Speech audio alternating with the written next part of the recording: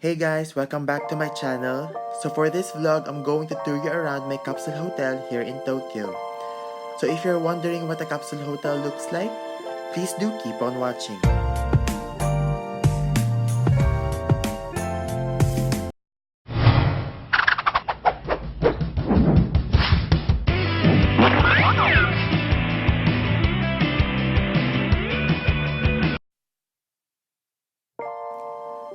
Welcome to my capsule hotel, guys.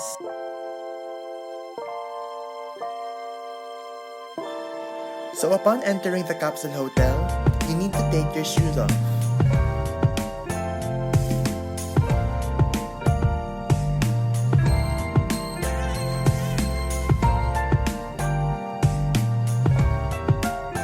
And once you get inside, put your shoes inside this locker.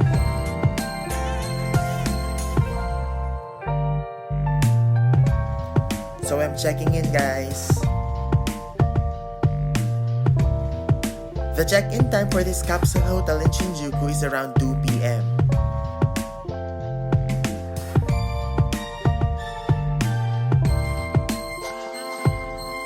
So after checking in, I'm going first to my locker room to put my things there. So just a reminder that your locker number and your capsule room number are just the same.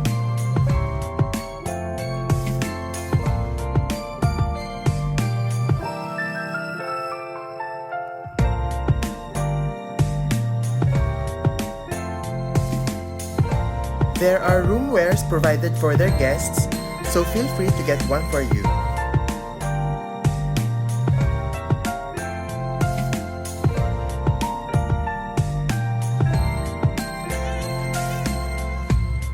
Yeah!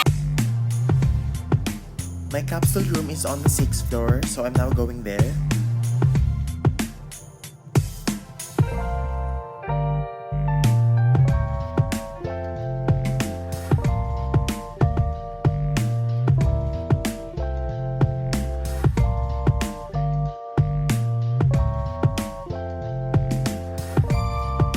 So just arrived here on the 6th floor.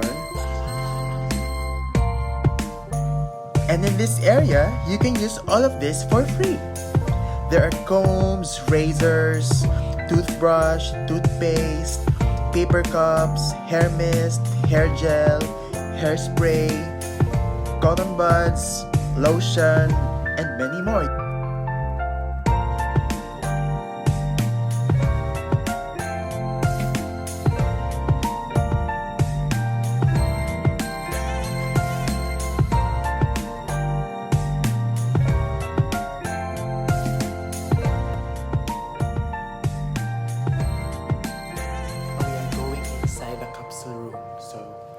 This is my key.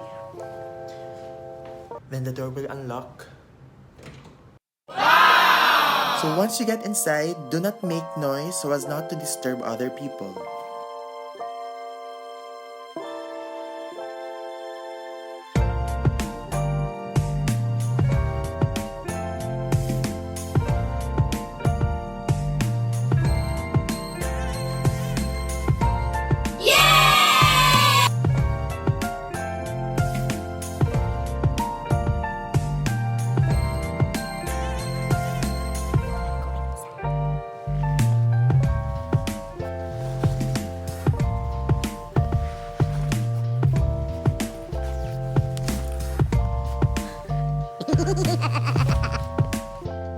So inside there are cables to charge your phone,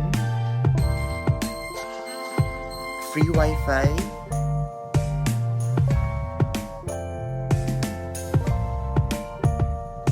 an earplug,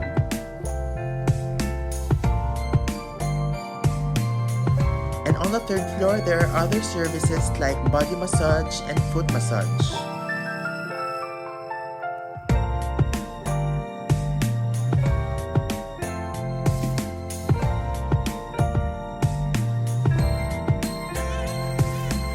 There is also a television inside your capsule room.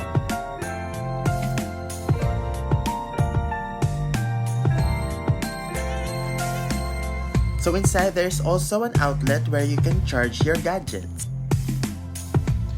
There is also an air condition inside the capsule room.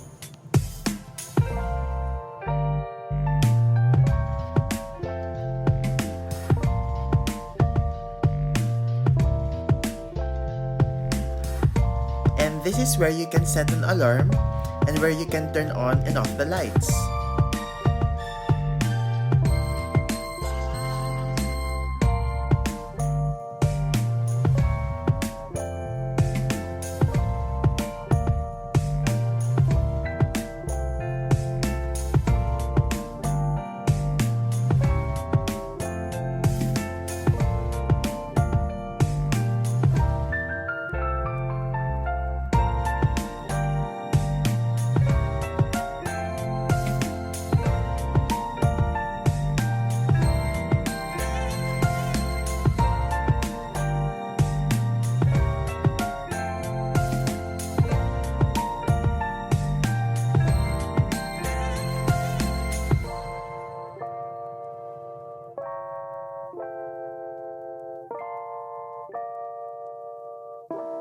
On the second floor, there are vending machines that sells ice cream and drinks.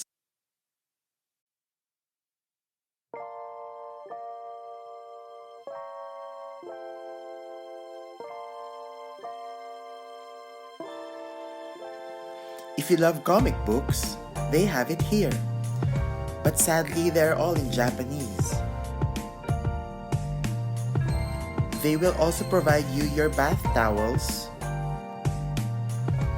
You can also use their massage chairs on the second floor. You can also exchange your money to Japanese yen inside the hotel. They also have free breakfast from 6:30 a.m. to 10 a.m. And it's so delicious, guys, you'll definitely enjoy it.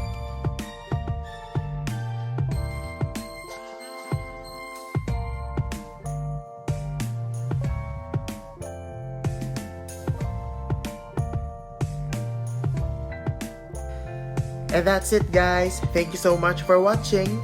For more, don't forget to hit the subscribe button and give it a thumbs up. And see you on my next video.